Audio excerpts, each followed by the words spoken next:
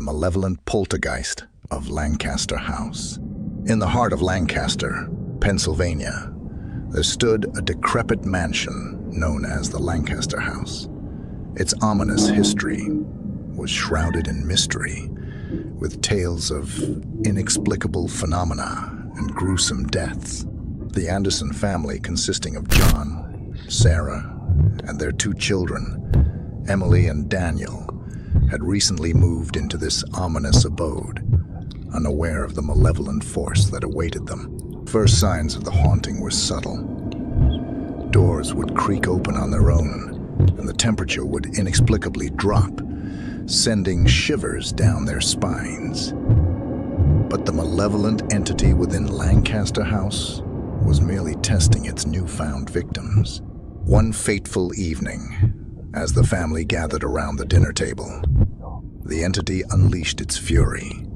Plates flew across the room, shattering against the walls, and chairs toppled over with a deafening crash. Blood-red words materialized on the walls, dripping from the ceiling like macabre graffiti, spelling out ominous threats. Sarah's scream pierced the air as unseen hands gripped her throat, leaving deep, bruising marks. John rushed to her aid, but he was violently pushed away, his body slamming against the wall. Blood trickled from his forehead as he struggled to regain his footing. Little Emily and Daniel huddled together, terror-stricken. Their eyes widened as they watched their once happy family torn apart by an invisible malevolence. Blood oozed from the walls, forming a ghastly message that seemed to mock their innocence. Leave or die. The nights grew even more nightmarish. Whispers filled the halls, each one more sinister than the last.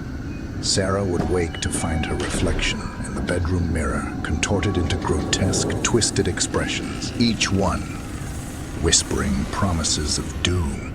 John's nightmares took on a corporeal form. As he slept, grotesque symbols would appear, carved into his own flesh by an unseen hand. The pain was unbearable, and he would awaken with his body covered in bloody etchings. Desperate for salvation, the Andersons reached out to a team of seasoned ghost hunters. Armed with an array of cameras, F-recorders, and protective charms, the ghost hunters entered Lancaster House, resolute in their mission to confront the malevolent entity. Their investigation began innocuously enough, with disembodied voices and fleeting shadows lurking in the corners of the mansion. Yet the malevolence that had consumed the Anderson family now turned its wrath upon the intruders. Mirrors shattered into razor-sharp shards, slashing through the investigators as if guided by an unseen hand. Blood sprayed across the walls, forming macabre patterns that seemed to mock the living. The once confident ghost hunters now quivered in fear as their equipment malfunctioned, unable to capture the horror unfolding before them.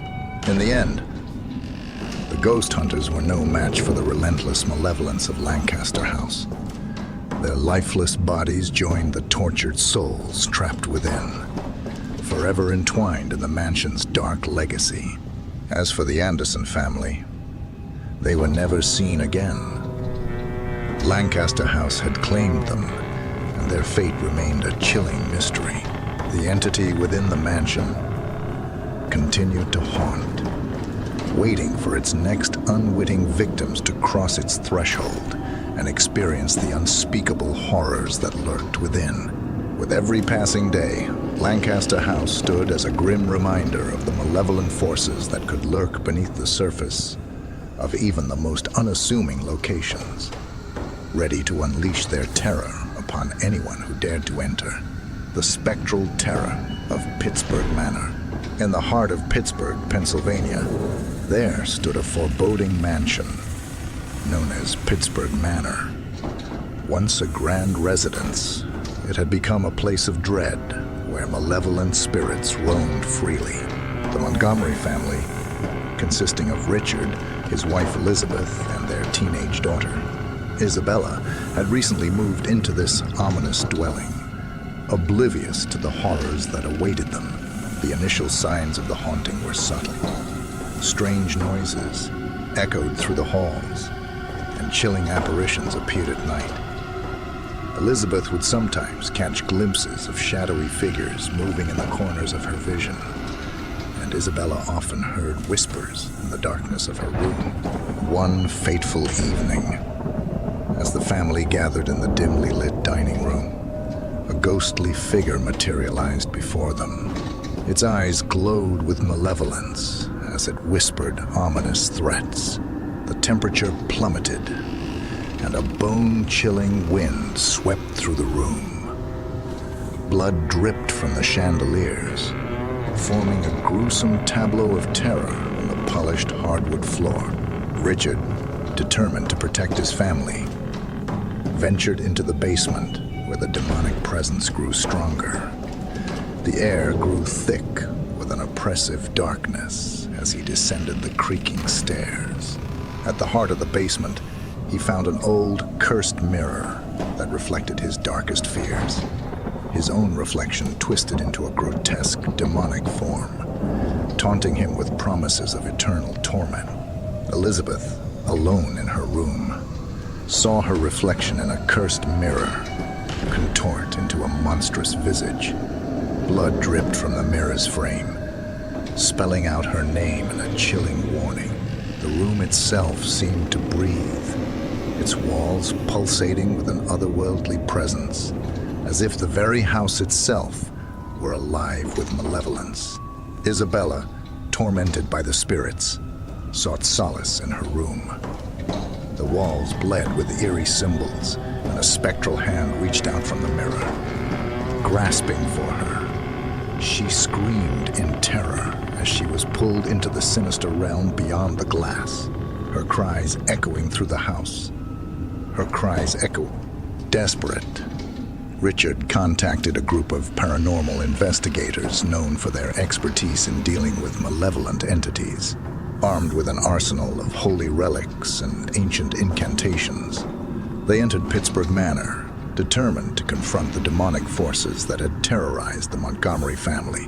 Their investigation began innocuously enough, with unsettling apparitions and disembodied voices.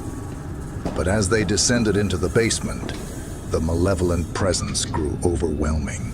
The cursed mirror shattered, unleashing a torrent of darkness that consumed them. The investigators' agonized screams echoed through Pittsburgh Manor as they met their grisly end. The Montgomery family was left to confront the relentless terror of the house, forever bound to the spectral horrors that lurked within. As for the mansion itself, it stood as a grim testament to the malevolence that could infest even the grandest of dwellings. Its walls held the memories of torment and despair, a chilling reminder of the darkness that lurked beneath the surface of the most opulent residences.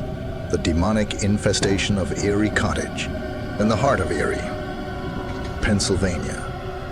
Nestled in a quaint cottage, a nightmarish secret festered. It had become the epicenter of a demonic infestation, terrorizing anyone who dared to step inside.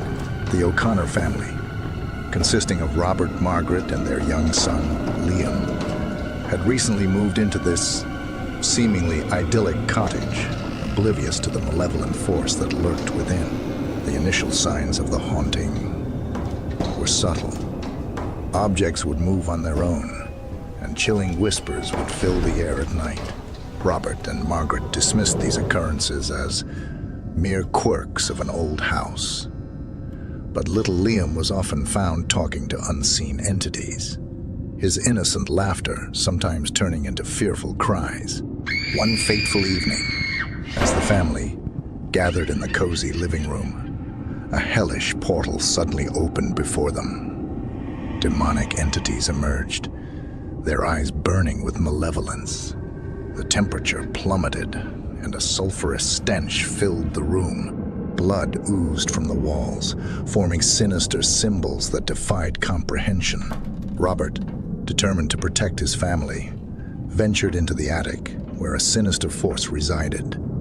A pentagram etched in blood adorned the floor, and eerie whispers echoed through the shadows. His own reflection, in a cracked mirror, contorted into a demonic visage, mocking his futile attempts to resist the infernal torment. Margaret, alone in her bedroom, witnessed her reflection in a cursed mirror twist into a grotesque horned form. Blood dripped from the mirror's edge, spelling out her doom in ancient runes. The room itself seemed to pulsate with an otherworldly heartbeat, as if the very walls were alive with malevolence. Liam, the innocent child, was targeted by the demons. Toys levitated and danced grotesquely, and the walls bled with horrifying messages that seemed to taunt his young mind.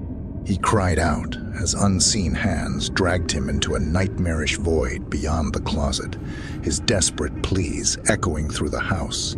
Desperate for salvation, Robert contacted a team of demonologists renowned for their expertise in battling malevolent entities. Armed with an arsenal of holy relics and ancient incantations, they entered Erie Cottage, determined to confront the demonic forces that had tormented the O'Connor family. Their investigation began innocuously enough, with unnerving shadows and sinister whispers. But as they reached the attic, the demonic presence grew overwhelming. The cracked mirror shattered, unleashing a torrent of darkness that consumed them. The demonologists' agonized screams echoed through Erie Cottage as they met their grisly end. The O'Connor family was left to confront the relentless demonic infestation, forever bound to the horrors that lurked within the accursed cottage. As for Erie Cottage itself, it remained a haunting reminder that even the most peaceful and picturesque exteriors could hide the darkest of malevolences, ready to plunge those who ventured within into a never-ending nightmare.